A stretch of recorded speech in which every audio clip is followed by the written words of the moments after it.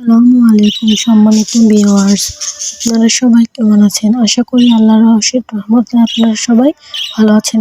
আপনাদের সবাইকে lovebird with মায়া পেজে স্বাগত। কিছুদিন আগে আমি বাজিগার পাখি কিনে এনেছিলাম। আমার পাখিগুলো খুব তাড়াতাড়ি বড় হয়ে গিয়েছে। এই ভিডিওর মাধ্যমে আমরা আলোচনা করব বাজিগার পাখির ডিম পাড়ার লক্ষণগুলো। বাজিগার পাখি ডিম পাড়ার লক্ষণগুলোর মধ্যে সবচাইতে বেশি মিটিং করে এই সময়টাতে। ডিম পাড়ার লক্ষণগুলোর মধ্যে অন্যতম হচ্ছে নাকের রং পরিবর্তন হওয়া। ডিম পাড়ার সময় বাজিগার পাখি বারবারে তাদের ডিম পাড়ার যে হাঁড়ি সেটার ভিতরে বারবারে যায়, সেটার ভিতরে ময়লা থাকলে সেগুলো পরিষ্কার করে।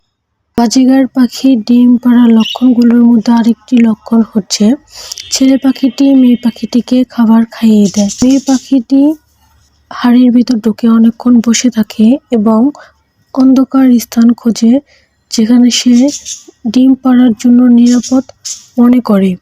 এই সময় ডিম পাড়ার মুহূর্তে বাজিগার পাখিকে বেশি বেশি শাকসবজি খেতে দিতে হবে, বেশি বেশি খাবার খেতে দিতে হবে, ক্যাটল ফিশ বন খেতে দিতে হবে, ক্যালসিয়াম ব্লক, মিনারেল সমৃদ্ধ ব্লক এগুলো খেতে দিতে হবে। এগুলো খাওয়ার মাধ্যমে তাদের শরীরের ক্যালসিয়াম অন্য ঘাটতিগুলো পূরণ হয়ে যায়।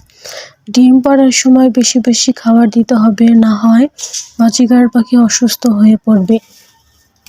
এইসব লক্ষণগুলো বাজিগার পাখির মধ্যে দেখা দিলে আপনারা বুঝতে পারবেন যে বাজিগার পাখির ডিম পাড়ার সময় হয়ে গেছে।